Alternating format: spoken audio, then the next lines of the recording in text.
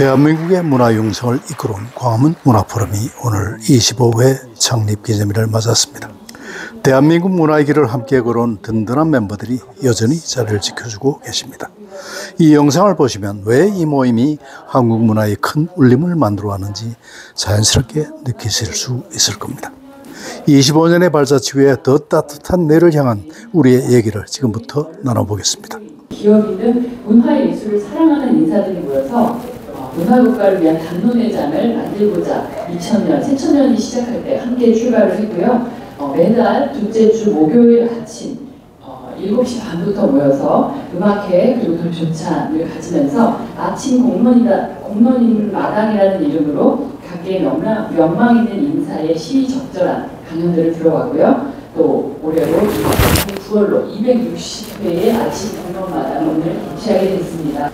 고 이세종 변호사님이 초대 이후에 극작가인 고 차범석 선생님이 2대, 고 남시욱 전 문화일보 사장님이 3대, 김영수 전 문화체육부 장관님이 4대, 김종규 문화유산 국민신탁이사장님께서 5대, 고 이종덕 전 예술전당 사장님께서 6대, 오시철 하트하트 재단 이사장님께서 7대를 마치셨고, 현재는 박인자 제주국제무용재단 이사장이시자 또 국민발레단장을 역임하신 박인자 교수님께서 맡아서 회장을 역임해주고 계십니다. 이제 회장님의 인사 말씀을 청해 듣도록 하겠습니다. 창립 25주년을 기념하기 위해서 함께 잘해주신 회원님들과 내외 기빈 여러분께 감사의 인사드립니다. 2000년 1월 창설된 광화문 문화포럼은 올해 25년을 맞이했습니다.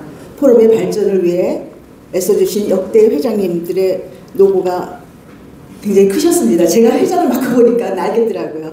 진심으로 감사드리고요. 특별히 오늘은 창립 25주년을 맡아 일제강점기 문화예술의 삶, 기업과 성찰이란 주제로 컨퍼런스를 준비했습니다. 발제를 맡아주신 박혜연 편집위원님과 송현민 편집장님께 깊은 감사를 드립니다. 또한 광화문 문화포럼 발전을 위해 많은 기여를 해주신 3대 회장을 역임하신 고 남시욱 회장님과 포럼의 제호를 친필로 써주신 장사익 선생님께도 감사 인사드립니다. 마지막으로 컨퍼런스 준비를 위해 수고해주신 한용혜 회장님, 한영준 부회장님 그리고 운영위원 여러분들께로 감사의 마음을 전합니다. 회원님 모두 건강하셔서 50주년 기념식에서도 함께 자리를 할 수 있는 소망을 가져봅니다. 여러분 즐겁고 유익한 시간이 되시길 바랍니다. 감사합니다.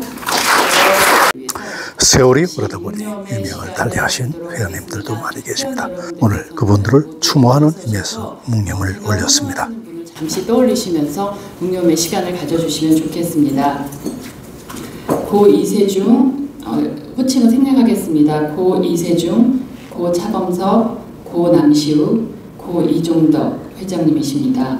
그리고 저희 문화포럼의 운영위원으로 오래 활동해 주신 고 이정식, 고 최기준, 고 김창실, 고 유관순, 고 이준일, 고 신성일 이 밖에도 많은 분들이 계시지만 이분들을 기리는 시간을 오늘 함께 갖도록 하겠습니다. 일동 묵념. 바로 여기까지입니다. 여러분 감사합니다. 이어서 광화문 문화포럼 창립 25주년 기록물 공개가 있었는데 25년의 역사를 한눈에 볼 수 있어서 좋았던 것 같습니다. 문화예술과 시민이 소통하는 열린 공간입니다.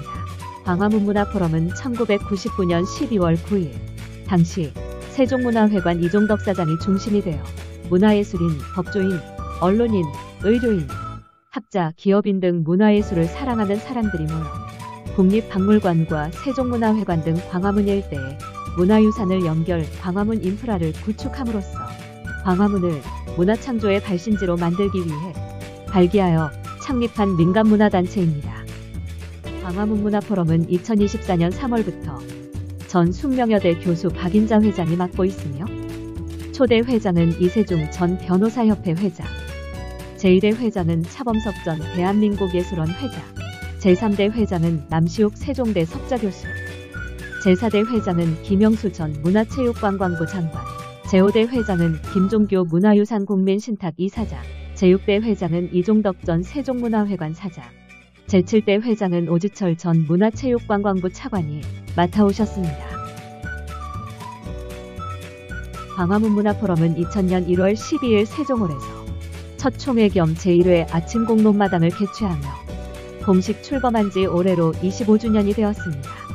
그동안 매월 두 번째 목요일 아침 프레스센터에서 우리나라를 대표하는 문화예술계 사람들이 모여 작은 음악회를 시작으로 회원들의 생일 파티도 하고 문화예술뿐만 아니라 인문, 사회 등 여러 분야의 저명 인사를 초청해 아침 공론마당을 개최해왔으며 현재까지 총 259회에 이르고 있습니다. 그동안 강연을 해주셨던 주요 외부 강사를 보면 이홍구 총리, 정운찬 총리, 노재봉 총리, 김도연 부총리, 이상주 부총리가 있으며 문화예술행정을 총괄하는 문화체육관광부 장관으로 주돈식 장관, 이어령 장관, 유인촌 장관, 최광식 장관, 정병국 장관, 유진용 장관이 해주셨습니다. 그 외에도 유재건 국회의원, 원혜영 국회의원, 오세훈 서울시장과 이인호 전 러시아 대사도 있었으며 철학자 김영석, 시인 고은, 시인 김지아, 소설가 복거일, 소설가 김은, 소설가 이문열, 배우 신성일, 배우 고두심, 영화감독 이장호, 피아니스트 한동일 등 저명 인사들이 강연을 해주셨습니다. 아침 공론마당과는 별도로 2010년 11월에는 창립 10주년 기념으로 세미나를 개최한 바 있습니다. 이때 서울대 조동일 교수는 한국문화가 나아갈 길에 대해, 조선일보 이선민 부장은 한국문화와 언론에 대해 발표하고 열띤 토론이 있었습니다. 2013년부터 매년 문화나눔 콘서트를 개최하여 그 수익금으로 첼로, 바이올린, 발레, 국악 등 문화예술 영재들에게 장학금을 지급해왔으며 현재까지 12년 동안 장학생을 선발하여 왔습니다. 특히 2014년에 장학생으로 선발된 이수빈 양은 2014년 제26회 바르나 국제 발레 콩쿠르에서 주니어 전체 부문에서 그랑프리를 차지하기도 하였습니다.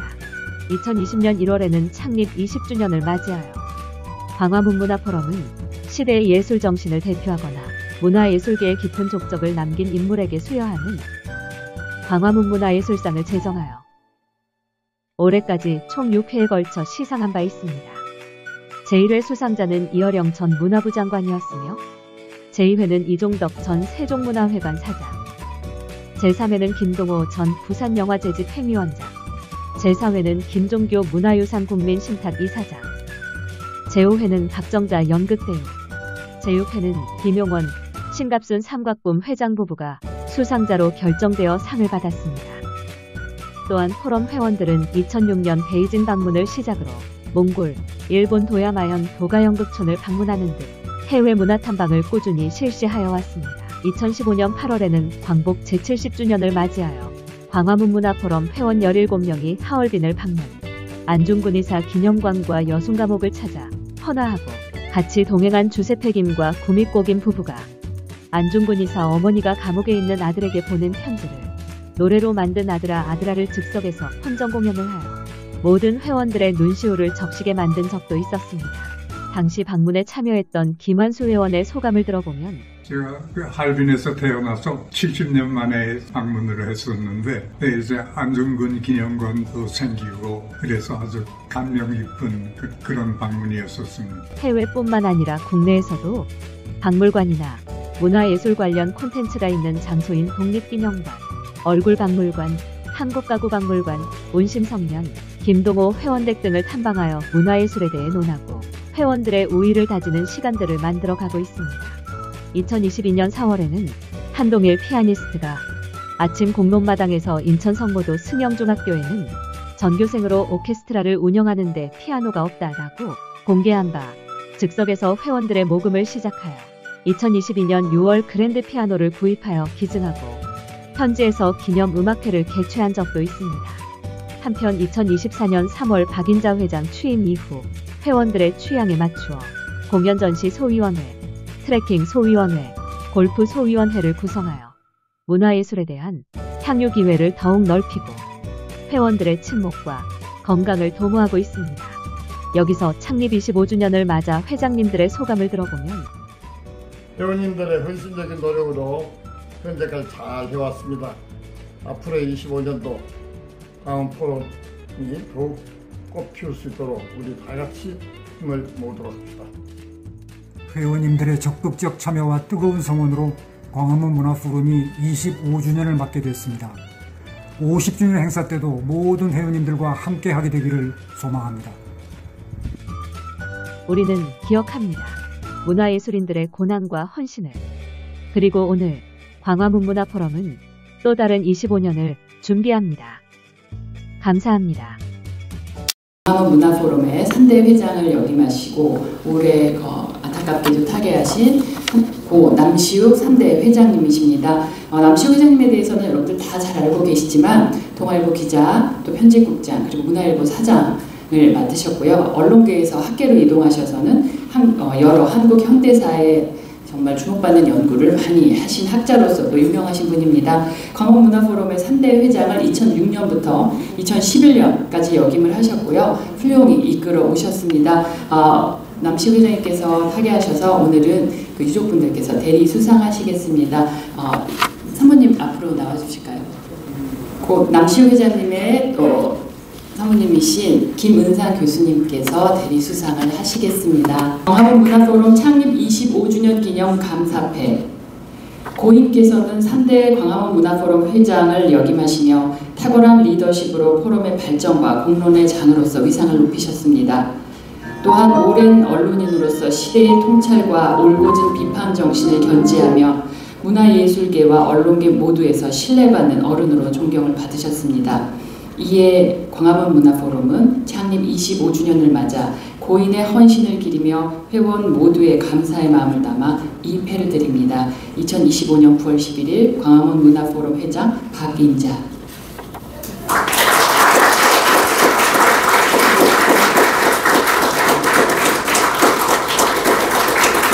네, 남시욱 회장님의 사모님께 잠시 소감 말씀 여쭙겠습니다. 저는 감사합니다. 그래서 뭐라고 해야 되나? 회장님을 저희는 집에서 가정에서만 모아왔습니다. 문화가 좀 과묵하고 그렇게 자사관만 하는지 못하는 사람이기 때문에 저희는 가정에서의 남식만을 알아봤습니다.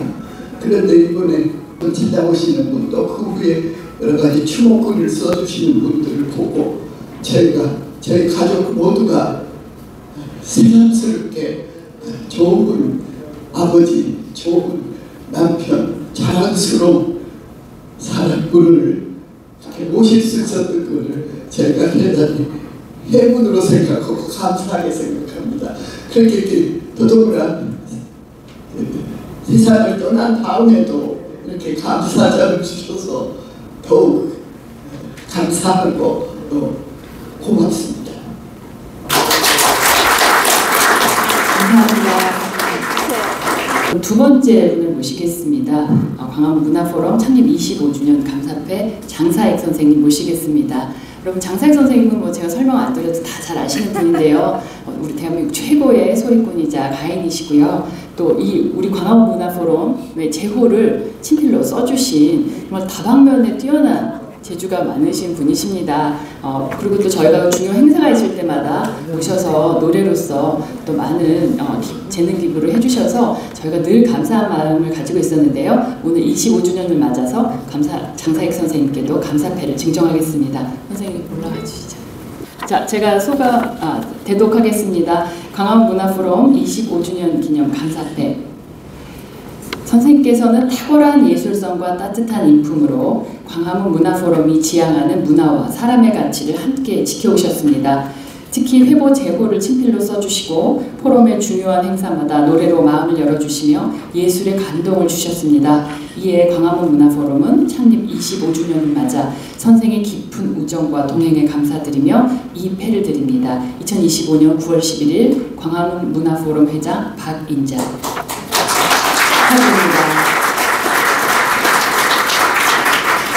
오늘 선생님이 선물로 저희 광화문화포럼에 대표님 같이 좀 들었습니다. 아니 두 분이 들고 찍으십니다.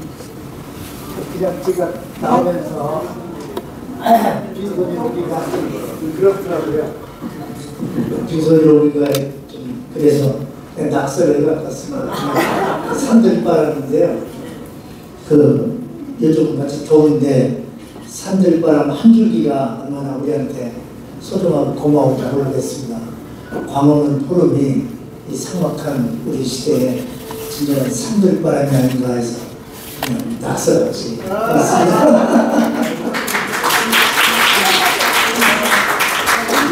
상이라는 것은 별로 받아본 적이 없는 사람인데 이렇게 멋진 상을 주셔서 너무 감사합니다. 저는 말도 제대로 붙어고 그냥 가을이 되니까 그냥 제가 좋아하는 노래 한 잔을 꼭 불러볼까 합니다.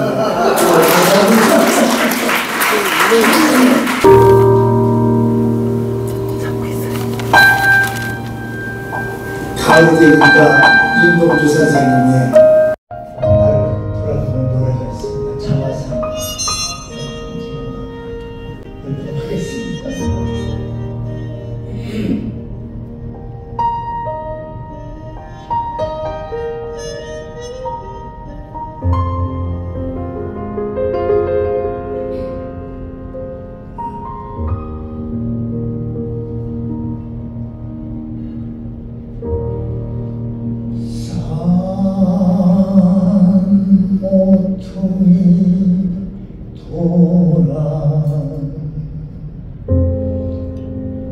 논가외 땅물을 홀로 찾아가서 가만히 들여다봅니다. 물 속에는 달이 밝고 구름이 흐르고 하늘이 별지고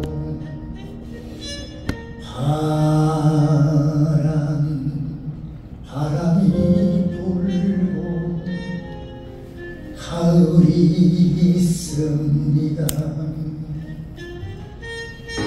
그리고 한 사나이가 있습니다.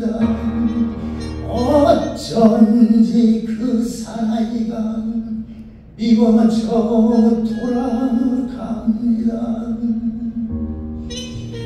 돌아가다 생각하니 그 사나이가 하였어집니다.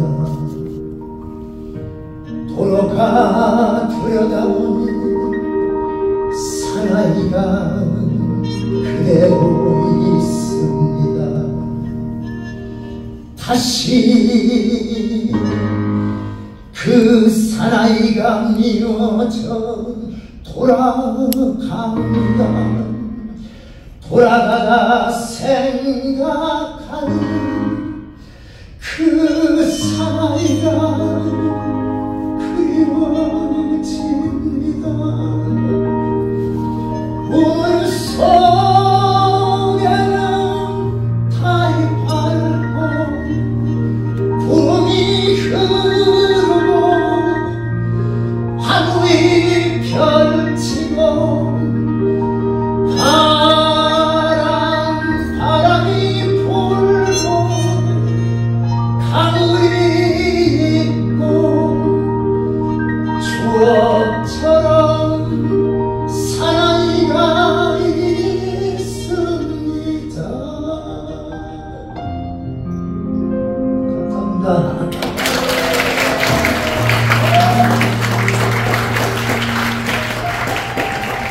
광화문 문화포럼 창립 25주년을 축하하는 축하 연주 시간입니다. 오늘은 배정윤 바이올리니스트와 장주현 피아니스트가 함께 연주해 주시겠는데요. 엘가의 사랑의 인사 그리고 마스네의 타이스 명상곡 두 곡을 감상하시겠습니다. 여러분 배정윤 바이올리니스트 그리고 장주현 피아니스트 박수로 맞아주시기 바랍니다.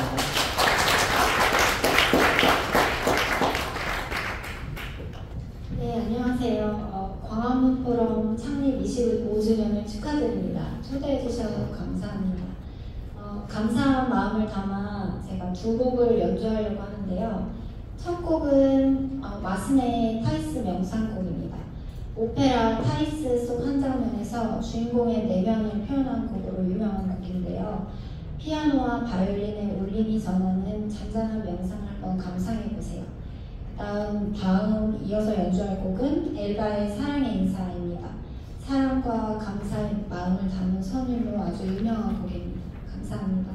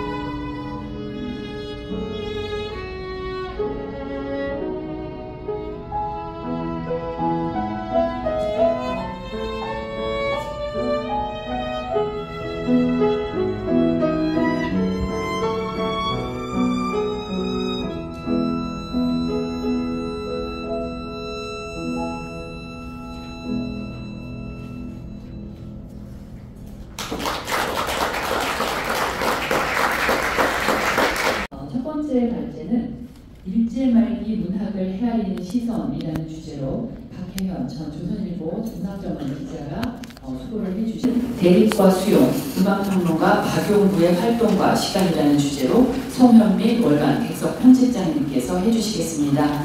이번 컨퍼런스의 사회는 한명주 저희 광화문화프로그램 부회장님께서 맡아주시겠습니다. 한명주 부회장님 모시겠습니다. 저희가 일본 컨퍼런스에서 문화예술을 선택한 이유는 어목한 시대에 살아가는 우리 예술인들을 지금 관점이 아니라 그때 상황 속으로 들어가 살펴보고 그 고과를 객관적이고 맹렬하게 한번 성찰해보자는 시간입니다. 요즘 그 부정과 단절의 유혹이 많잖아요. 여기를 벗어나서 진실과 이해의 시각으로 바라보자는 그런 취지입니다. 그래서 잘 한번 들어보시고요. 좋은 의견 주시면 감사하겠습니다. 자, 첫 번째 발표자 우리 박혜영 한국문화 편집위원께서는 조선일보 파이트법 또 논술위원 여기만 아주 정통 문화 저널리스트입니다. 저하고도 아주 같이 일을 했고요. 특히 문학에 관한 해박하신 분입니다. 자, 박수로 맞아서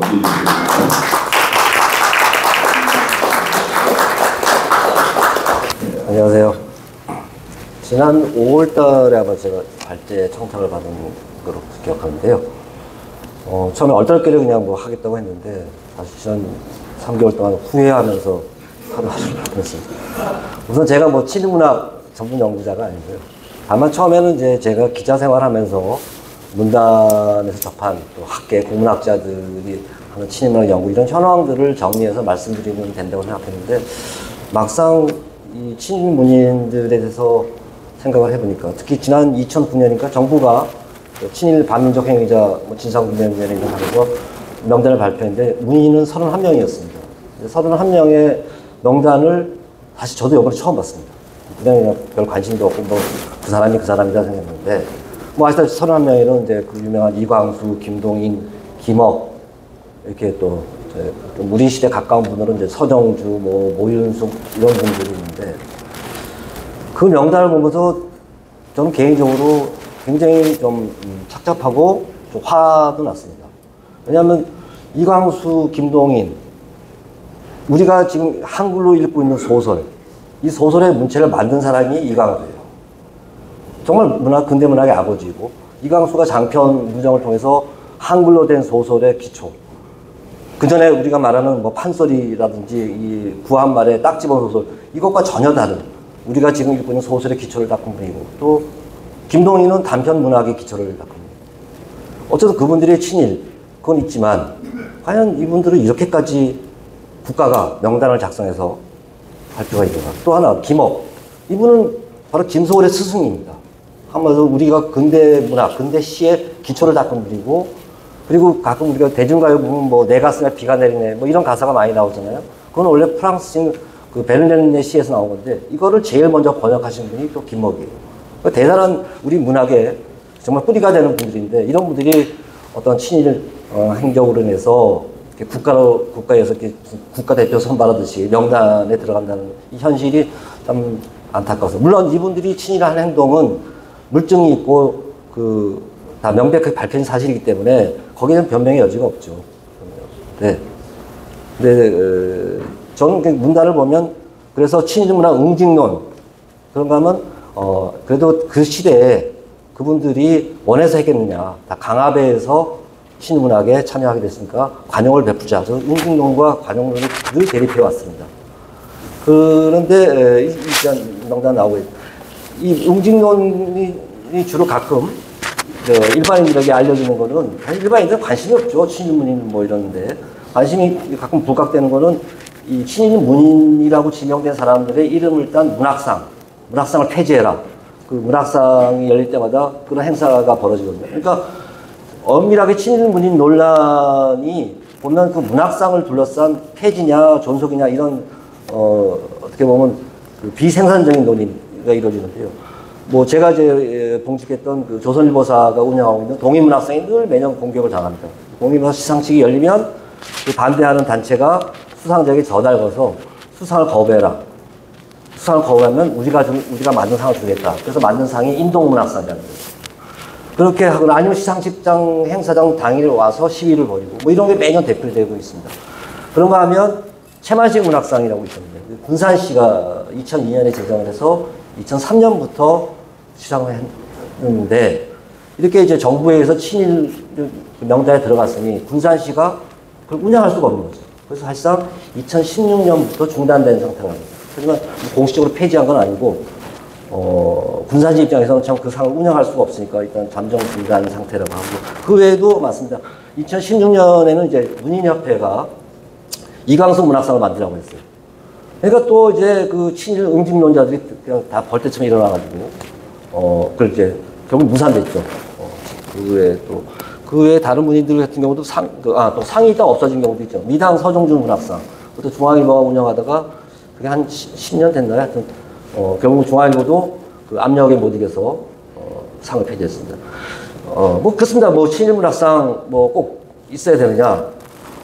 정작 최만식 이제 문학상 폐지 논란이 났을 때, 그 최만식 문학상을 수상을 한 작가가 있습니다. 그 소설가 전성태라는 소설가인데요. 그 젊은 친구인데. 그 친구가 그랬어요. 상을 받았는데, 자기 입장에서 이 상을 없애도 좋다. 왜? 자꾸 자기는 최만식을 문학의 스승으로 여기는데 사람들이 최만식 문학은 얘기 안 하고 맨날 문학상 폐지하면서 그때마다 최만식의 오점을 자꾸 들먹인다. 이런 게 자기로서는 너무나 가슴 아프다. 차라리 없애라. 참 어떻게 보면 일리가 있는 말이죠. 그런데 과연 우리가 이 친일 문학을 이렇게 단선적으로만 볼 것이 아까도 말씀드렸습니다만 그 사회자가 말씀하셨지만 그 엄혹한 시기에 과연 이분들이 친일했던 상황을 우리가 어느 정도 감안을 해야 된다. 뭐 당연한 얘기입니다만. 그래서 이 주제를 제가 맡아놓고 너무 어려운 문제라서 진짜 아까 말씀드린 후회의 나날을 보내다가 인공지능한테 물어봤어요. 야, 너는 친일 문학을 어떻게 생각하냐? 그러니까 인공지능이 재빨리 금방 답을 했는데 첫 마디가 아주 복잡 미묘한 문제입니다. 그래서 이제 너의 생각은 뭐냐 그러니까 그분들의 친일 행적은 그 비난마다 마땅하지만 그분들의 문학적 업적은 기려야 합니다. 좀 사실 하나만한 얘기죠. 저도 뭐 그 입장에서 벗어나지가 않습니다. 근데 다만 제가 최근에 국문학자들의 연구 논문들 몇 개를 보면서 최근에 연구 동향을 보면 친일을 인정하되 친일의 자발성 그것도 인정하되 그러니까 친일을 단순히 강압에서만 됐다고 보지 말자. 그 친일은 상당 부분의 작가들이 자발적으로 했다. 왜 자발적으로 했을까? 그 자발성의 논리가 뭘까? 그건 굉장히 복잡 미묘합니다. 제가 공부를 해보니까. 우선 가령 이광수의 경우를 예를 들겠습니다. 이광수의 경우 이광수가 결정적으로 친일의 계기에 들어선 계기가 1937년에 일어난 수양동회 사건입니다. 수양동회는 흥사단의 조선 지부예요. 그러니까 도산 안창호 선생이 그때 이제 수양동회의 이제 회장이고 이광수가 2인자였습니다. 이광수로. 근데 일본이 1937년 딱 중일전쟁 일으키기 한 달 전에 치안유지법이라는 이유로 수양동회를 탄압해요. 그러니까 수양동회가 미국의 자금을 얻어서 독립운동을 하려고 했다라는 거짓 문서를 사건을 조작하는 거죠. 그래서 대략 한 108명 정도 검거가 됩니다. 도산, 춘원 다 검거가 돼서 조사를 받는데 그 사건 이제 그 이전에 말씀드리면 일본이 치안유지법을 제정한 게 1925년입니다. 일본 내지에서 이른바 왜냐하면 일본이 1925년부터 이른바 좌익 사상가들을 대대적으로 탄압하고 있어요. 그러니까 뭐 유명한 공산당 지도자 이런 거 다 탄압을 하고 감옥에 보내거나 거기서 일본 특유의 제도가 나옵니다. 사상 전향이라는 걸 시켜요. 이 사상 전향은 굉장히 일본 특유의 제도라고 합니다. 그래서 그 영어권에서 나오는 일본 30년 연구 논문을 보면 사상 전향이라는 말을 영어의 컨버스 이렇게 쓰지 않고 덴고 그냥 일본말 씁니다. 전향. 워낙에 특이하기 때문에. 그래서 이 전향 제도로 인해서 일본에서만 제가 알기로는 5만 8천 명 정도의 지식인들이 전향을 했습니다. 엄청난 숫자죠. 그 법은 똑같이 조선에 적용이 됐고 제일 먼저 조선공산당이 해산을 당하고 1935년에 카프 조선 프롤레타 예술동맹이 스스로 이제 탄압을 못 이겨서 해산을 합니다. 그러고 와서 이제 일제가 남아있는 이제 민족주의 진영도 손을 봐야 되니까 그래서 일으킨 게 수양동회 사건인데 이 사건으로 인해서 이제 이제 뭡니까 우리가 말하는 이 독립운동 이른바 수양동회는 어느 정도 성격이 독립보다는 우리 민족의 자치 역량을 확보하자는 그런 노선을 걸었는데 이제 그런 입장도 일제에서 허용되지 않는 거죠. 그리고 이제 묘하게도 1심 재판에서 무죄 선고가 나왔어요. 일본인 판사가 정말 내 이름은 좀 기억이 안 납니다. 그분이 양심적인 판단을 한 거예요. 이분도 죄가 없다. 총독은 난리가 났죠. 사건을 조작해서 이거 대대적으로 탄압을 하는데 정말 그들 입장에서 웬 또라이 판사가 완전 이상한 판결을 해가지고 결국 이제 그 판사 쫓겨났어요. 쫓겨났던 게 있더라고요. 그래서 이제 2심을 자기네들이 말하는 이제 판사를 시켜서 해서 결국 이제 유죄 판결을 했는데 그때 이미 도산 선생은 병보소로 나왔다가 세상을 떴습니다. 그리고 모든 이제 책임은 이광수가 다 지게 돼 있어요. 그래서 이광수한테는 징역 5년 했거든요. 나머지 사람은 이제 4년, 3년 했는데. 그러면서 이제 당연히 이제 이광수와 그 피고들의 변호인단이 이제 상고를 해서 이제 3심을 남겨놨는데 그 앞두고 김동인의 회고에 따르면 그때 김동인의 형도 그 동해 사건으로 이제 체포돼서 징역을 이제 선고를 받았던 모양이에요. 그래서 형하고 둘이 상의를 했는데 해법은 이광수가 십자가를 지는 거다. 그러니까 이광수로 찾아가요. 김동인이 가서 우회적으로 비긴긴 돌리죠. 네가 다 짊어져라 이런 식으로. 왜냐면 제가 좀 헷갈리는 게 이 동인이 그 회상기를 2번 쓰거든요. 하나는 일제 때 쓴 글은 굉장히 애매모호하고 또 해방 후에 또 그 시절을 회상하면서 쓴 글인데 거기도 말이 좀 달라져요. 그래서 김동인이 말이 좀 왔다 갔다 했는데 어쨌든 간에 이광수한테 책임을 지고 아마 정확한 기록은 없습니다만 3심을 앞두고 이광수가 총독부 관리를 이제 면회를 오라고 해서 아마 그 뜻을 밝혔을 겁니다. 내가 협력하겠다. 그 수양동무에는 해산당하면서 모든 자금을 다 총독부 헌납을 했어요. 그렇게 그런 형식을 하면서 이제 내가 헌납하고 그 말은 모르겠어요. 총독부에 협력하겠다는 건데 그래서 그런지 3심에서는 저는 무죄 선고. 참 웃기죠. 저는 무죄. 그 이후부터 춘원은 사실 이제 우리가 다 아다시피 친일 행위를 하는데 묘하게 친일 소설을 안 썼어요. 뭐 단편 한 편인가 한두 편 있는데 주로 시 아니면 친일 논설 중에 그러니까 뭐 주로 내용이 신앙대에 충성하고 내선일체. 그때 새로 부임한 그 총독 수양 동해 사건을 조작하는 중도 이렇게 이 조선의 사상 탄압을 했던 총독 새로운 총독인데 그 사람이 미나미 총독이가 그럽니다. 그 이 새 체제에서 그 춘원이 이제 총독부가 요구하는 그 글을 썼고 그리고 중일 전쟁이 이제 일어났으니까 이 식민지 조선도 이른바 전시 체제가 됩니다. 그래서 이 총독부가 이 문인 보국회라는 걸 만들어요. 이른바 이제 문인들도 국가에 보국해라, 충성해라. 그래서 본격적으로 친일 문학을 이제 양산하는데 어쨌든 간에 이광수의 그 친일 행위는 거기서 끝나는 게 아니라 문제는 이광수가 지금도 비판받는 거는 최남선과 같이 도쿄에 가서 그 유학생들한테 학도병 지원하라 이런 연설을 했습니다. 다행히 한 번인가 붙인 걸 알고 있는데 어쨌든 간에 그게 이광수의 친일 행동 중에 가장 좀 큰 죄라고 할 수 있겠죠. 근데 이제 그와 관련해서 이광수 나중에 해방 후에 이제 나의 고백이라는 이제 참회록을 쓰면서 그때 얘기를 합니다.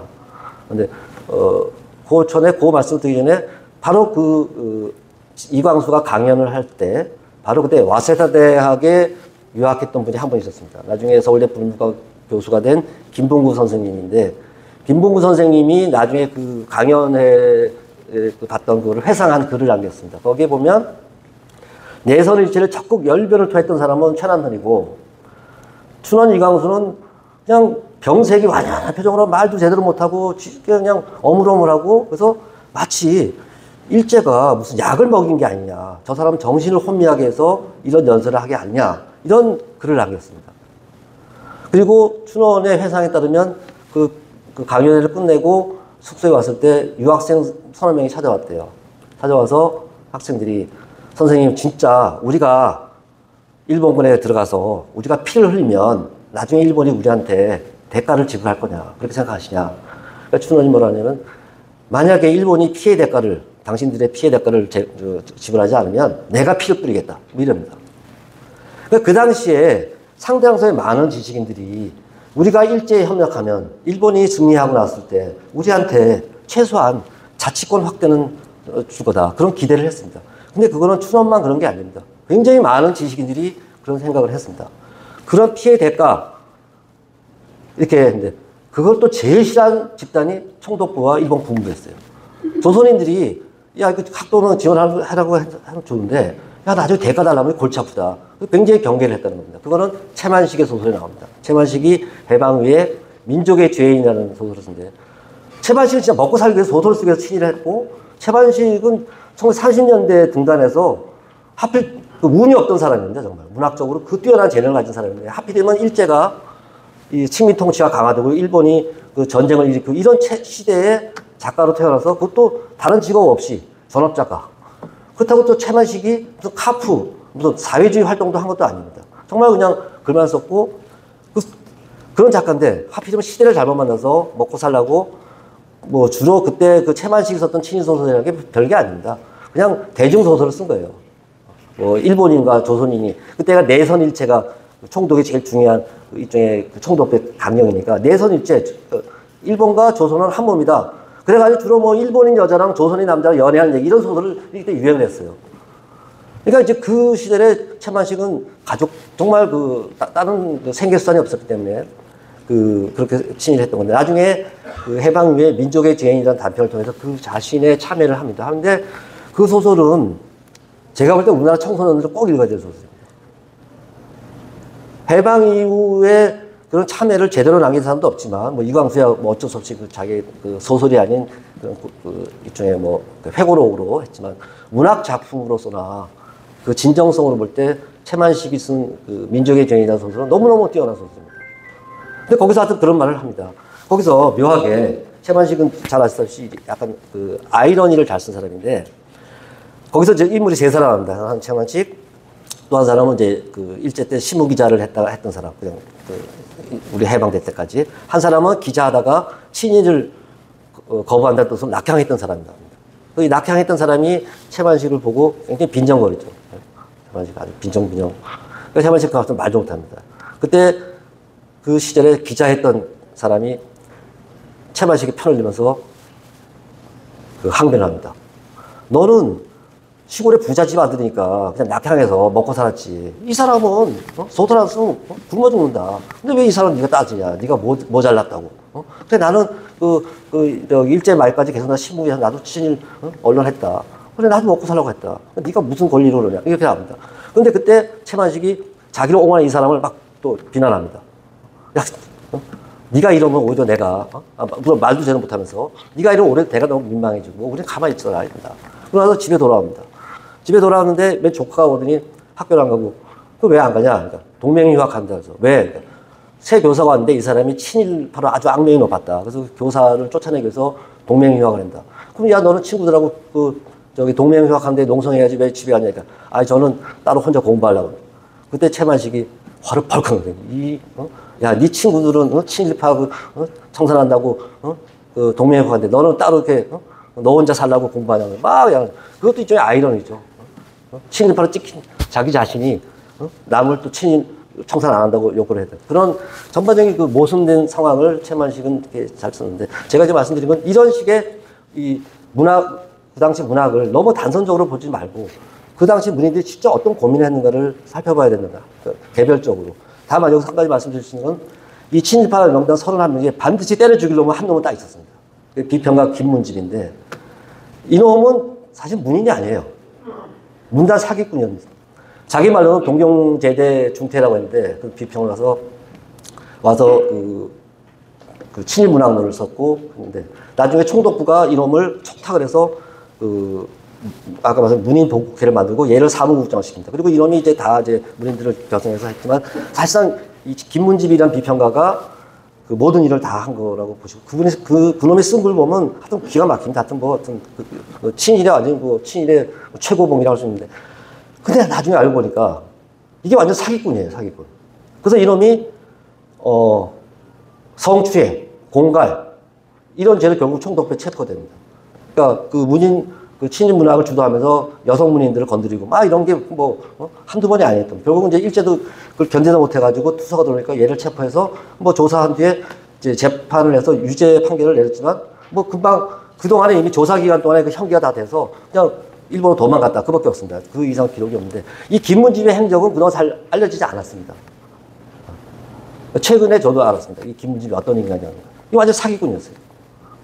일본에서 뭐 동경제는 나오기는커녕 일본에서 사기꾼으로 이제 유명했고 일본의 출판사에서 잠깐 보는데 또 원래 사기꾼들이 또 말과 글을 잘 쓰니까 하여튼 여기 와서 비평가 행세를 하면서 친일문학에 선봉했은 겁니다.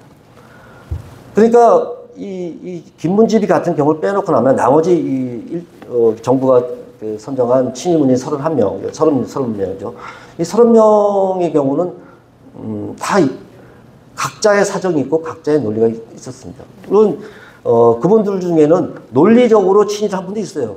왜냐하면 그 당시 논리적 친일하기 가능했거든요. 가령 카프의 주도자였던 소설가, 갑자기 기억이 안 나지. 하여튼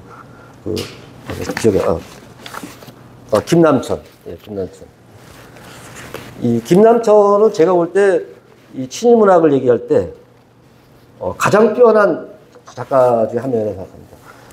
이 사람이 이제 카프가 이 사람은 이제 카프 1차 공보 때 유일하게 감옥에 갔던 사람이고, 감옥 갔다 나왔는데 부인이 아이를 낳다가 죽어요. 그리고 이제 먹고 살려고 기자를 좀 하다가 그나마 그 언론사도 폐간당하고 해서 아무것도 먹고 살 수 없을 때 이제 카프가 완전 해산 당하게 됐는데, 그때 임하랑 이 사람이 둘이 가서 해산기를 접수시켰습니다. 그래서 이제 이 김남천이 그 이후에 일본이 지독했던 게, 이제 일본 본국에도 마찬가지입니다만, 이 사상 전향 제도라는 걸 아주 극렬하게実施해서 일본에서만 수많은 이제 지식인들이 이제 전향을 했는데, 일종의 김남천도 이제 전향한 케이스가 되면서 이 전향된 작가의 입장에서 소설을 썼어야 했습니다. 그래서 이 김남천의 대표작들을 보면 그렇게 전향한 사회주의 운동을 하다가 전향한 조선인들 얘기가 많이 납니다. 근데 그것이 다 검열을 통과해서 발표가 됐습니다. 이제 일제 후기에. 근데 지금 자세히 그 소설 읽어보면 완전히 일제 검열을 속이는, 교묘하게 속이고 그 당시 지식인들의 고뇌를 아주 잘 그렸다고 생각하는데요. 근데 이런 작가들의 경우는 우리가 일괄적으로 친일이다 이렇게 판정할 수가 없는데, 근데 이 사람은 다행히 어떻게 됐는지 이 친일 명단에 안 들어갔습니다. 워낙 활동이 미비해서 그런지. 근데 그 나머지 이강수나 최만식 같은 경우, 최만식은 정말 억울한, 제가 볼 때 억울합니다. 그 사람은. 이 사람들을 과연 우리가 친일 문학을 했다, 규정할 수 있을까? 그거를 과연 그렇게 단순하게 볼 수 있을까? 저는 굉장히 회의적으로 봅니다. 그래서 문학을 공부하는 입장에서 보면, 근데 최근에 젊은 국문학자들이 과거에 친일이다, 아니다, 이런 이분법 잣대보다는 좀 더 그 친일을 내부적으로 많이 분석을 하는데요. 왜냐하면 그 당시에 일본의 사상계의 변화, 일본도 이제 40년대 와서 일본의 지식인들이 일종의 일본의 어떤 우월성이랄까요? 일본의 서양 문명에 맞서서 동양을 대표하는 그런 국가로서 새로운 군대를 열어가야 된다, 그런 식의 논리를 많이 폈습니다. 그래서 그 당시 많이 얘기했던 게 이런 일본인들의 어떤 치대 평가가 있었는데, 제가 그 용어를 갑자기 기억이 안 나는데, 하여튼 이게 서양의 모더니티가 아니라 일본 주도한 새로운 군대를 만들어야 된다, 그런 식의 논리를 펴고 했습니다. 그 당시에 상당수의 우리 조선의 문인들도 일본 지식인들이 그런 얘기를 하니까, 일본 쟁쟁한 지식인들, 철학자들 많습니다. 그 사람들을 이제 대표해서 하는데, 그 당시에 일제 후기에 우리 조선의 지식인들 상당수가 일본에 정신적으로 협력하지 않을 수 없었습니다. 그런 과정을 지금의 좀 더 객관적인 시각에서 바라봐야 되는 게, 저는 이 시대의 일제 시대 말기 문학을 헤아리는 시선이 아닐까, 이런 생각입니다. 그래서 나머지 발표는 여기에 있습니다만, 이 발표 마지막에 보면 지난해인가 재작년에 나온 연구서가 나오는데, 아주 특이한 연구서가 나왔습니다. 이게 친일문학에서 항일문학으로 했는데, 굉장히 놀라운 책입니다. 기존의 친일문학 연구를 완전히 뒤집어버린 책인데, 이 책을 쓰신 분은 국문학자가 아니에요. 구광모 선생님인데, 원래 중앙대 행정학과 교수를 지내신 분이에요. 그리고 고대 대학원에서 친일문학 연구로 박사를 하신 분이에요. 참 특이한 분이죠. 이분의 사모님은 불문학자입니다. 유명한 불문학자인데, 이분의 이 친일문학, 한일문학에서 잠깐 제가 말씀드리면, 왜냐하면, 당연히 일제가 이제 1941년 태평양 전쟁을 일으키고 난 뒤에는 이제는 친일문학 정도가 아니라 완전히 전쟁에 복무하는 그런 문학만 살아남는 시절이 됐는데, 그 당시 상당수의 조선인들이 썼던 친일문학 내용을 보면 겉과 속이 다른 작품을 많이 썼다는 겁니다. 저는 이런 작품을 하나 읽어보겠습니다. 이막수는 월북했죠. 월북했는데 우리나라 정부에 의해서 친일 명단에 들어가 있습니다.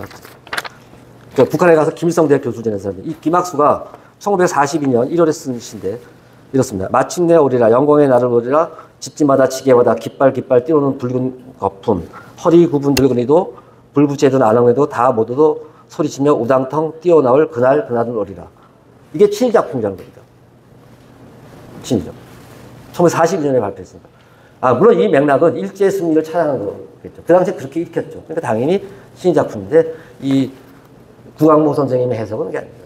이거는 우리의 독립을 얘기합니다. 그러니까 일본인들한테 친일 작품이라고 써주면서 사실은 그 이면에는 우리의 독립을 표현하거든요. 이런 식으로 그 시대 이른바 친일로 규정된 문학 작품도 재해석해야 된다는 얘기가 지금 제기돼요. 그래서 이 문제는 여러 가지 앞으로 우리가 더 복잡하게 생각할 문제, 그러니까 우리에게 주어진 과제라고 저는 생각합니다. 제가 말씀 너무 길어서 죄송합니다. 박재현 의원님 여러 가지 자료 준비해 주셔서 감사드립니다. 두 번째 발제자는 종현빈 월간 객석. 시간이 11시 55분까지입니다. 빨리 서둘러서 재밌는 이야기들을 좀 들려드리고자 합니다. 현재 월간 객석 편집장을 맡고 있고요. 제가 이 자리에 와서 좀 깜짝 놀랐습니다. 객석의 역사에 담겨 있는 그 주인공들이 이렇게 실물로 다 이렇게 뵈니까 참 저보다 더 건강관리 잘하고 계시구나 이런 생각도 들고요.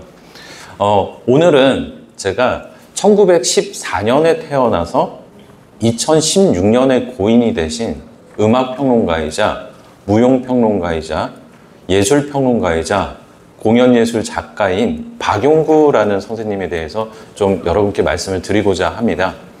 아마 한 시대를 살아가시면서 이 박용구라는 스님하고 공연장이나 문화예술 공간 로비에서 한두 번씩은 인사를 나눠보셨을 분들이 여기에 몇 분 계실 것 같습니다.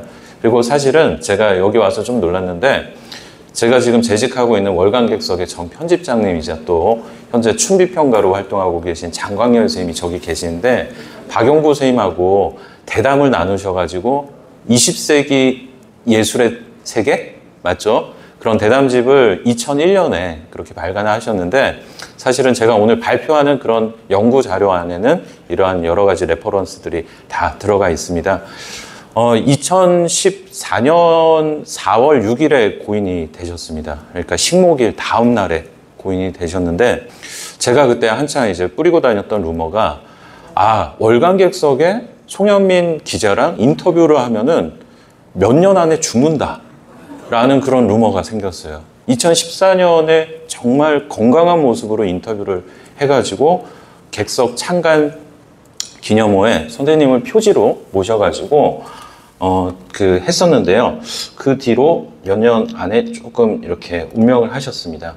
그래서 제가 그때 표지로 이렇게 했던 박용구 선생님, 이미 딱 가니까 객석에 대한 분석을 다 끝내셨고, 이때가 2015년이니까 이미 100세가 넘으실 때였습니다. 객석에 대한 분석이 다 끝나셨고, 이 표지에는 이 스웨터가 잘 어울릴 것 같다 라면서 이렇게 의상을 준비하셨습니다. 제가 사실은 2011년에 월간객석이 주최하는 예술평론상으로 등단을 했었을 때가 박용구 음악평론에 대한 연구로 등단을 했고요. 선생님을 처음 뵀던 때가 2013년이었습니다. 그러니까 1914년생이니까 딱 백수를 맞이하셨던 때. 그래서 평창동 가나아트 갤러리 옥상에서 뵀는데 저한테 처음 딱 하신 말씀이, 근데 담배 있나?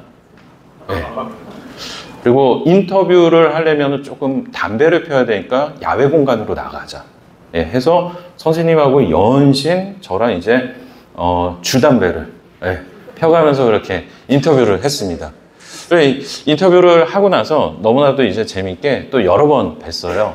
근데 선생님을 이렇게 뵐 때 평창동에 거주하고 계셨는데 평창동 4층의 빌라에 사셨습니다. 근데 이렇게 인터뷰를 하고 제가 사실은 조금 몇 개의 기억이 있는데 그 평론상을 받은 원고를 객석에 2011년에 게재를 했고요. 선생님이 2013년에 처음 뵀었을 때 이 책을 갖다 드리니까 저한테 그러시더라고요. 내가 지금 눈이 안 좋아서 글자를 읽을 수는 없지만 어쩌면 내가 100년 동안 자네를 기다렸을지 몰라. 딱 하시니까 야, 이거 안 되겠네 라는 그런 생각이 들어서 제가 이분의 삶에 빠져들었습니다. 그리고 매번 그 굉장히 젊은이와의 소통이 가능할 정도로 생생한 사유와 그런 이야기들을 들려주셨어요. 한 번은 그러시는 거예요. 댁까지 모셔다 드렸는데 1층서부터 선생님 4층까지 제가 업고 모셔다 드리겠습니다. 그러니까 괜찮다. 그런데 딱 말씀하신 게 나는 사실 대한민국도 우스워. 왜냐? 내가 올해 100살인데 대한민국은 나보다 더 어려. 딱 이러고 1층서부터 4층까지 지팡이를 안 짚고 그냥 난간으로 이렇게 딱 올라가시는 거예요. 그래서 사모님이 딱 그 문을 딱 여시는 순간 박용구 선생님한테 왜 이렇게 늦게 왔어? 당신 말이야. 지금 오기로 한 시간보다 2시간이 늦었어. 큰일 난 줄 알았어. 그러니까 박용구 선생님이 나는 빨리 가고 싶었는데 저 젊은이가 자꾸 나를 잡아가지고 내가 이렇게 늦었어. 그래서 한 세기를 풍미했던 위대한 음악평론가도 공경에 빠질 때는 남을 팔아먹는구나. 네, 그런 생각이 들었습니다. 그래서 제가 사모님한테 오늘 그 좋은 말씀 듣느라고 제가 좀 늦었습니다. 이렇게 사과를 드렸었는데 그래서 2015년 3월에 박용구 선생님을 하는데 인터뷰를 한 4번 정도를 했습니다. 그래서 여기에 이렇게 담았는데요. 이 선생님의 양력을 좀 간단하게 말씀을 드린다면은 1914년에 태어나서 20년, 30년 때는 여러 학습기를 거치십니다. 경북 풍기에서 태어나셨어요. 할아버지가 정감록이라는 약간의 그 조선 말기의 사상에 살짝 미치셨다고 합니다. 그래서 풍기로 온 가족이 다 이사를 와서 풍기에 인삼이 유명한데 어마어마한 인삼 장수의 손주로 태어났습니다. 그래서 어린 시절부터 좀 머리가 명석했는지 선생님 그때 왜 그렇게 명석하셨어요? 그러니까 딱 한마디 나는 그때 다른 애들하고는 달리 어린 시절부터 일본에서 온 잡지들을 많이 읽었어. 예, 해서 그런 일본의 근대화를 일으켰던 여러 가지 잡지로부터의 문화적인 영향들을 일찍부터 받아내십니다. 그러다가 당시에 머리가 좋은 학생들은 2개의 도시로 보냈는데요. 첫 번째가 경성, 두 번째가 평양이었다고 합니다. 그래서 경성고등보통학교, 경성고보라고 하죠. 나중에 경기고등학교의 전신이 되는 곳, 그 다음에 평양고보가 있는데 그 선생님은 평양고보로 가셨다가 당시에 문학가이자 소설가가 나중에 되는 김사랑이라는 사람이 주도했던 일제에 항거하는 그 학생운동에 가담을 하면서 퇴학을 당합니다. 예, 퇴학을 당해가지고 부잣집 도련님이 퇴학을 당하니까 집안에서도 걱정은 하지만 또 한편으로는 너가 좀 하고 싶은 거 해라 라는 분위기였다고 합니다. 그래서 풍기로 와서 다시 조금 몇 년을 지내다가 1930년대 중반에 니혼대학교로 유학을 가십니다. 예, 근데 이 니혼대학교 출신의 여러 유명한 예술가가 있는데요. 여러분들 잘 아시는 화가 김환기, 연극 연출하셨던 유치진, 아니야 이해람, 예, 그리고 이렇게 박용구 선생님도 이쪽으로 유학하십니다. 그래서 제가 선생님 그때 이렇게 엘리트들이 모였으니까 어마어마했겠어요. 그러니까 아니야 다들 쓰레기였어. 그냥 다들 형편없었어. 그럼 뭐 하셨어요? 그러니까 그냥 만나서 맨날 술 먹고 놀았어. 그러다가 결국에는 그 대학도 적성이 안 맞았는지 나중에 일본 고등음악학교로 다시 지금으로 말씀드린다면 편입을 하셔가지고 성악을 하십니다. 예, 성악을. 그래서 성악을 해서인지 목소리가 상당히 좋으시고요. 예, 그리고 결국 저랑 대화하실 때는 귀가 너무 잘 안 들리셔가지고 남의 말은 못 듣지만은 그 큰 낭창한 목소리로 늘 이렇게 좋은 이야기들 추억해 주시고 뭐 그러셨던 기억이 납니다. 그렇게 하시다가 일본에서 동경학생예술자라는 유치진의 뭐 그런 연극 활동도 같이 하시다가 음악평론이라는 잡지사에서 또 잠깐 기자 생활을 하시기도 합니다. 그랬다가 한국에 잠깐 와서 또 라미라가 극단이라는 그 악극단에도 계시면서 그러다가 만주로 가시는데요. 잠깐 뭐 사진들을 좀 보시면은 예, 여기 이렇게 나오죠. 예, 평양고보 시절입니다. 네. 당시에 평양고보에는 뭐 음악관 같은 거는 없었는데 예체능 쪽에 딱 2개의 반이 있었다고 합니다. 하모니카반, 미술반 해가지고 여기에 있는 가장 작은 학생이 예, 박용구 스님이시고요. 29년의 평양고보 스케치의 멤버들. 예. 당시에 계속 본인이 들고 다녔던 책이 뭐냐면은 일본에서 온 이와나미 문고라는 작은 책을 늘 들고 다녔고요. 섹스피어에 상당히 심취하셨다고 합니다. 예, 그래서 대화를 하시면은 늘 처음에는 못 알아들었었는데 나중에 100세가 넘으신 상태에서도 인터뷰를 하실 때 이 단어는 상당히 독특한 단어다 했는데 계속 하물릿 하시는 거예요. 그래서 이게 뭔가 보니까 일본어로 발음했던 햄릿, 예, 그런 식으로 기억을 하고 계시고요. 그 다음에 아까 제가 말씀드렸던 동경학생예술자. 예, 당시 일본에서 유학하고 있던 1930년대 중반과 후반에 일본에서 유학하고 있던 여러 뭐 미술, 연극, 영화, 음악 등등을 공부했던 학생들이 한자리에 모여가지고 여러 음악극이나 연극들을 하고 그랬던 자리입니다. 그래서 여기에는 박용구 선생님이 예, 남들은 다 이렇게 정면을 보는데 이렇게 다른 곳을 보고 계시죠. 그래서 이 사진을 보시면서 모두가 앞을 볼 때 나는 그때 다른 곳을 봤어. 나의 세계는 좀 남달랐어. 막 이렇게 하시면은 여보, 그 사모님 오셔서 그냥 혼자 우주 그리지 말아요. 그냥 딴짓하고 있었잖아요. 이런 식으로 뭐 이렇게 인터뷰를 하면은 늘 재밌는 일들이 있었습니다. 그리고 여기는 동경학생예술자는 대부분 남학생 중심이었는데 박화경이라는 나중에 좀 활동은 안 하지만은 혹시 그 한국에서 섹스피어 전집을 번역했던 연세대의 오화섭이라는 교수님이 계십니다. 그분 제자들이 지금 많이 활동하고 계시는데 그분의 그 아내가 되셨던 그런 분이기도 합니다. 그래서 이런 활동들도 일본에서 예, 하셨습니다. 그리고 또 해방되기 이전이죠. 43년에는 그 라미라가 극단이라는 악극단에서 활동을 하셨습니다. 그때는 뭐 기획부장 이런 걸로 활동을 하셨는데 이런 활동이 가능했던 이유가 악극, 그러니까 음악극이었는데요. 일제강점기 때 여러 가지 뭐 그런 무대들을 보여줬던, 근데 이 라미라가 극단이라든지 1940년대는 악극의 전성시대였습니다. 악극의 전성시대였는데 이런 것들이 사실은 전쟁기였기 때문에 조선 총독부의 지원하에 진행이 됐기 때문에 약간의 좀 친일 혐의 같은 것들이 이 안에 녹아 들어가 있습니다. 그래서 여기 박용구 선생님이 계시고요. 당시에 그 지금도 한국에서 유명한 단체들은 일본이 아니고 그 외국 순회 공연 같은 것들을 하잖아요.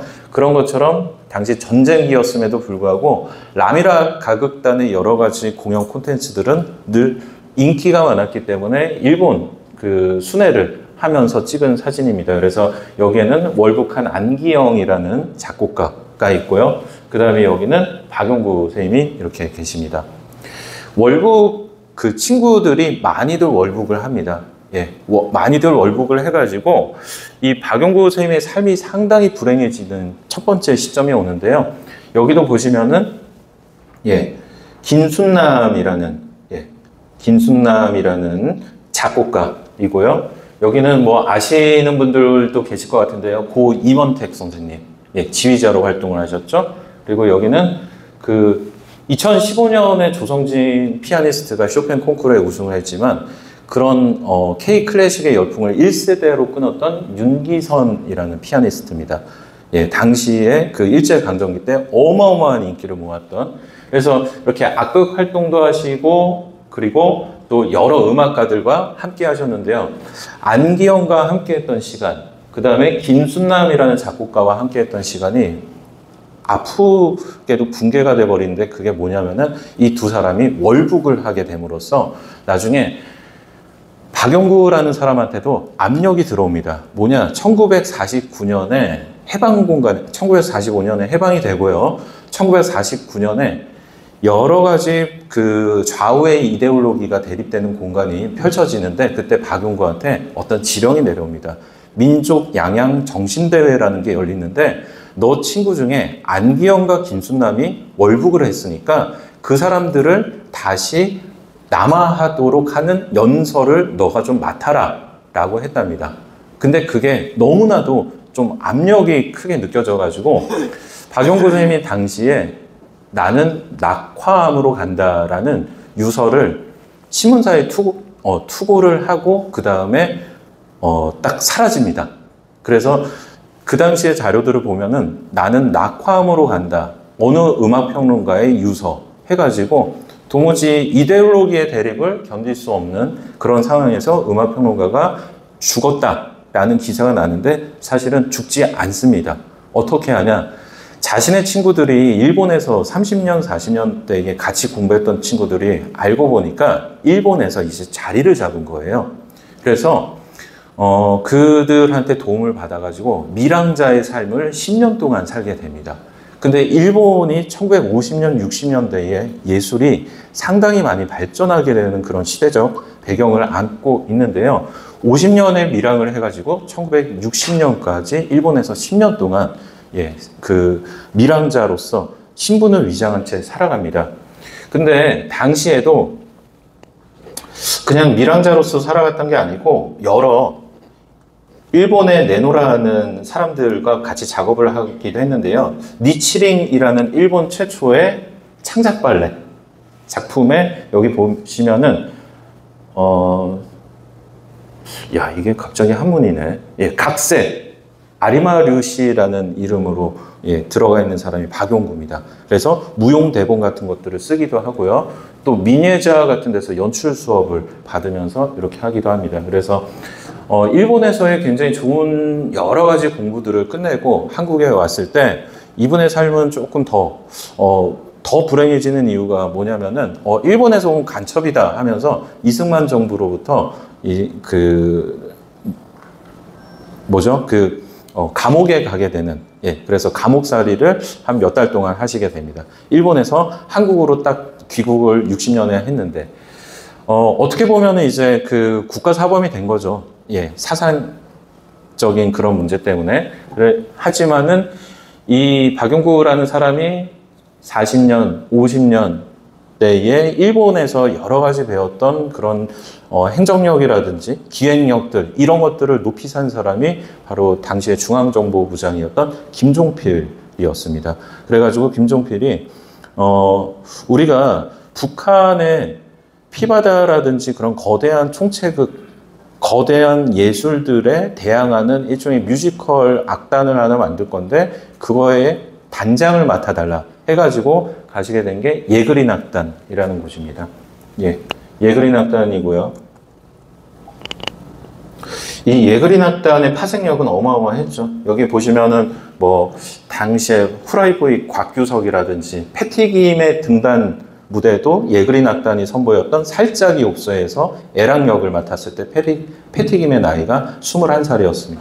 그리고 여기 보시면은 박용구 선생님이 계시고, 그 다음에 아시는 분들도 다 계실 것 같은데요. 그 연극연출가 이명웅 선생님, 당시에 그 동아방송 PD와 동시에 여기에 오셔가지고 여러 가지 활동들 이렇게 하시고, 뭐 등등등, 뭐 최창권 작곡가 이런 분들도 계시면서 60년대, 70년대에는 이런 연출가로서 기획자로서 살아가시고, 또 한편으로는 교양의 음악이라는 당시에 어떤 클래식을 좋아했던 여러 젊은이들이 읽었던 그런 6권짜리 클래식 소개서가 있는데 그 책의 저자로서도 명성을 많이 날립니다. 그래서 제가 그 인세를 많이 받으셨습니까? 하니까, 인세 어마어마하게 받았고, 지금 살고 있는 평창동 빌라도 사실은 그때 그걸로, 이렇게 좀 살 수 있었던 것 같다 할 정도로 시대의 어떤 그런 많은 영향을 받고 또 주기도 하셨습니다. 그래서 뭐 이렇게 해서, 여기 보시면은 제가 이제 마무리하도록 하겠습니다. 일제강점기 때 이렇게 여러 가지 공부를 하셨던 분인데, 김수근하고도 일본에서의 인연을 맺어가지고 김수근이 나중에 그 공간사업과 공간이라는 잡지를 발행했을 때 거기에서 기획자이자 동시에 또 그 공간이라는 잡지의 편집장격의 편집위원을 맡기도 하십니다. 그래서 나중에 그 80년, 90년대가 되시면은 영역이 상당히 넓어집니다. 무용평론도 하시고 시나리오도 쓰시고 또 88년도에 서울올림픽이 생길 때 우리가 보통 그거를 모든 연출을 이어령에 한 것으로 알려져 있지만은 실제적으로 개회식과 폐회식의 어떤 시나리오는 박용구 선생님의 어떤 틀로부터 이렇게 나오기도 했습니다. 그래서 제가 논문을 쓰면서 보니까 아주 그 선생님을 존경했던 지점이 딱 하나가 있는데 결혼을 4번을 하셨어요. 예, 그래서 이거를 논문으로 써야 되겠다. 예, 그랬었는데 최종 부인이라는 단어가 성립이 되는지는 모르겠지만 예, 정덕미 여사님하고 뭐 이렇게 같이 찍었는데 평창동에 사셨던 집도 세이장이라는 이름이 박혀있는 곳이었는데 김수근 건축가가 지어준 그런 집이었습니다. 그리고 이 사진은 굉장히 역사적인 사진인데요. 70년, 80년, 90년대에 음악계를 흔들었던 평론가들을 한자리에 모아놨습니다. 만약에 잘못돼가지고 여기에 폭탄이 하나 떨어졌다면은 대한민국 100년 역사의 중얼이가 순식간에 날아간 거겠죠. 여기 이상만이라는 선생님, 그 다음에 서울대 작곡가의 백병동이라는 선생님, 또 서울대 작곡가의 김정길, 그리고 무용 평론가이자 시인이었던 김영태, 박용구, 최정호 선생님, 그 연세대 명예교수 하셨고, 그 다음에 이순열이라는 음악동화 초대 편집장, 그리고 김원구라는 이 중에 가장 선비 같은 평론가셨고요. 비목의 작사가인 한명희 선생님, 그 다음에 서울대학교 교수인 지금 진은숙이라는 작곡가의 스승인 강석희, 이분들이 음악 팬클럽이라는 이름으로 70년, 80년, 90년대의 모든 음악계를 거의 다 주무르는 일종의 약간은 좀 나이가 많은 중견 역할을 하십니다. 근데 그런 사람들을 또 주물렀던 사람이 박용구였습니다. 그래서 결국에는 뭐 나중에 이렇게 뭐 서울올림픽에서 뭐 이강수, 예, 여기 최정호, 연극연출 극작가 오태석, 박용구 이런 식으로 또 서울올림픽을 서로들 준비했던 그런 시대가 있었습니다. 그래서 자, 이제 뭐 거의 다 마무리가 됐는데요. 선생님 뵈러 갔을 때 말씀하시더라고요. 나 이 사진 이렇게 컨셉으로 찍어줘. 왜? 나는 20세기 사람이고 여기 체력단련실에 있는 선생님 표현에 의하면 테크놀로지는 21세기의 메커니즘인데 20세기 사람인 나와 21세기의 메커니즘이 이렇게 만나는 게 멋있지 않아? 송영, 바이탈리티 있지 않아? 그래서 무슨 말씀인지는 모르겠습니다만 그냥 찍어드리겠습니다. 그래서 이렇게 운동하는 모습도 찍었고요. 메모를 받으면은 못 읽습니다. 여기에 한자어, 영어, 일본어, 한국어가 섞여 있어요. 예.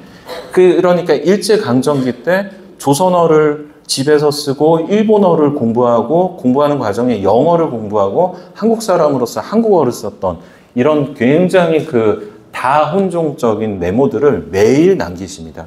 그리고 여기 또 막 뒤져요. 선생님 서가를 뒤지는 게 재밌습니다. 이거는 제가 이렇게 막 찾다가 툭 튀어나온 겁니다. 박용구 단장님, 그러니까 예그린악단 시절에 활동하셨을 때 1971년 1월 1일 근하신년 유경수 여사. 네, 이 정도로 이제 권력에 가까이 계셨던 거죠. 60년에 본인이 귀국을 하셨을 때는 권력으로부터 내팽개쳐졌는데 70년, 80년, 90년대에는 계속 권력의 중점으로 가십니다. 그리고 여기 14살 연상의 그 정덕미 여사님. 예.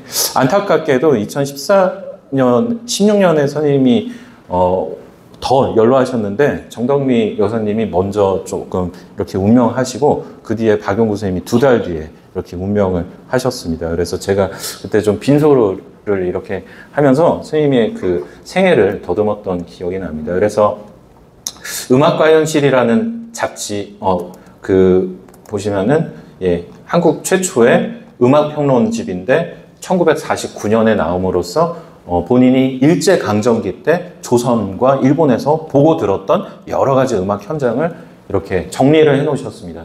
문인들하고도 친하셔서 이 제호를 음악과 현실을 누가 썼냐면은 정지용이 썼습니다. 그래서 나중에 정지용이 이 책이 나중에 불법 도서가 되는데 왜? 정지용이 월북을 함으로써 뭐 이런 좀 그런 것도 있었습니다. 그래서 제가 선생님 돌아가셨을 때 글을 하나 썼습니다. 그래서 제목을 예술의 미래는 그의 이름을 외치며 올 것이다.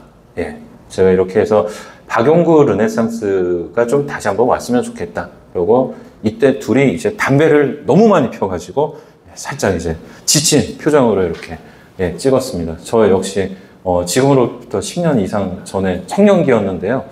제 삶의 어떤 표대가 되기도 하고요.